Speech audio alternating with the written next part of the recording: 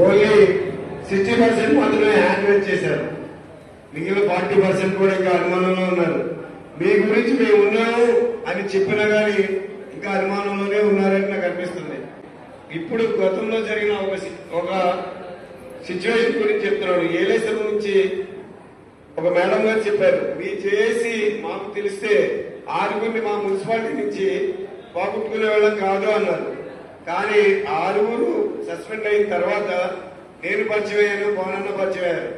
అప్పుడు ఒక రాజు కుమార్ అనే ఒక వ్యక్తి, ఆయన కూడా మన మధ్యలోనే ఉన్నారు. అన్నా నేను అత్తోరింటికి అర్జెంట్ అని వెళ్తుంటే నన్ను డ్యూటీ నుంచి తీసేశారు, నా పేరు రిమూవ్ చేస్తా అన్నారు, నన్ను డ్యూటీ నుంచి రానివ్వట్లేదు అన్నారు.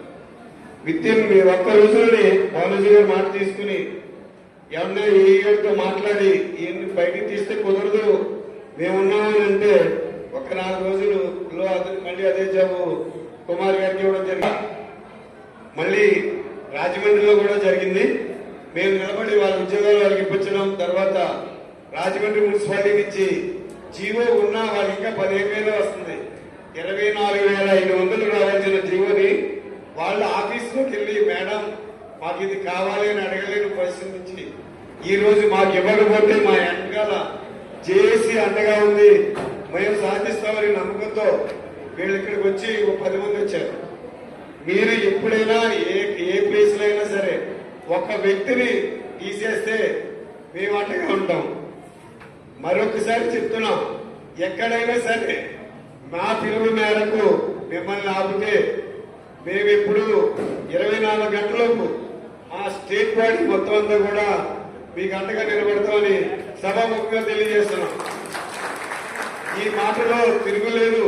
మేము ఉద్యోగ సంఘాల దగ్గర లేము, ఓన్లీ మన అవుట్ సోర్సింగ్ లో నుంచే మేము పుట్టుకొచ్చాం, మీతో సమానంగా ఉన్నాం, మీలోంచి వచ్చాం. గవర్నమెంట్ ఎంప్లాయీస్ దగ్గర నుంచి రాలేదు, వాళ్ళకి అనుబంధంగా లేవు, గవర్నమెంట్ ఎంప్లాయీస్ దగ్గర లేవు, ఒక ప్రజాప్రతినిధుల దగ్గర నుంచి కానీ లేవు, మీలోంచి వచ్చాము, మీలోనే ఉన్నాం. ఒక ఇందాక మేడం గారు చెప్పారు, డిసెంబర్ 10న మహాసభ జరిగింది, దానికి అసోసియేట్ చైర్మన్ గా నేను వ్యవహరించాను. కానీ ఎంతో మంది మమ్మల్ని నమ్మి 40,000 మంది వరకు మీటింగ్ వచ్చారు. అక్కడ థ్యాంక్స్ టు సీఎం అని ఒక గవర్నమెంట్ సంఘం పెట్టడం వల్ల మేము ఎంత ఇబ్బంది పడ్డామో మాకు తెలుసు. 15 ఏళ్లు ఆర్ఎస్ లో కష్టపడి అవుట్ సోర్సింగ్ అందరినీ కూడా ఒక తాటి మీదకి నడిపడానికి ట్రైన్లో పేపర్ వేసుకుని పడుకునే రోజులు ఉన్నాయి. మేమే టెంట్లు వేసుకున్నాం, మేమే కుర్చీలు వేసుకున్నాం, మేమే జనాలు గాయేసుకున్నాం.